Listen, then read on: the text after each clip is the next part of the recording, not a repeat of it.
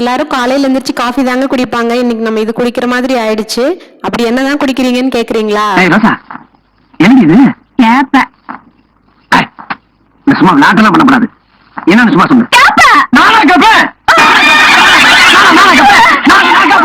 கேட்டாலும் கேட்கலனாலும் நான் கண்டிப்பா சொல்லுவேங்க, அது மூலிகை ரசம். நல்லா நெஞ்சு சளி பிடிச்சிருக்கு, இருமலா வருது அப்படிங்கிறப்போ இந்த மூலிகை ரசம் குடிச்சோம் அப்படின்னா வந்துட்டு நல்லா கேக்குங்க. நாங்க இது தலை ரசம்னு சொல்லுவோம். இந்த ரசத்துக்கு நிறைய வகையான தலை போடுவாங்க. ஆனா நாங்க 2 தான் போட்டிருக்கோம். ஒன்று வந்துட்டு மொசு மொசுக்க இலை, இன்னொன்று இது தூதுவளை இலை. இந்த 2 மட்டும்தாங்க போட்டு இன்னைக்கு ரசம் வைக்க போறோம். நம்ம தோட்டத்தில் இந்த 2 தான் இருக்கு. வாங்க இப்போ எப்படி இந்த தலை ரசம் வைக்கிறதுன்னு பார்க்கலாம்.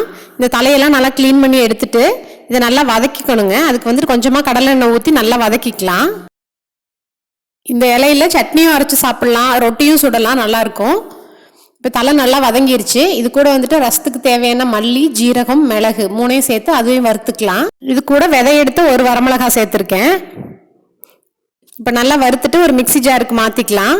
இது கூட 2 கட்டை அளவுக்கு பூண்டு, ஒரு சின்ன தக்காளி ஆட் பண்ணிக்கலாம். புளிப்பு கம்மியாக தாங்க இருக்கணும் இந்த ரசத்துக்கு. இப்போ நல்லா அரைச்சி எடுத்தாச்சு. புளி தண்ணியும் ரெடி ஆயிடுச்சு.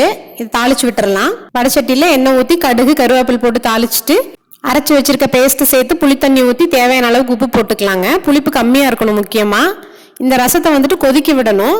மிளகு ரசம் வைக்கிறப்ப கொதிக்க விட மாட்டோம், நுர மட்டும் கட்டினா போதும். ஆனால் இந்த ரசம் நல்லா கொதிக்கணுங்க, அப்போதான் பச்சை வாசம் போகும்.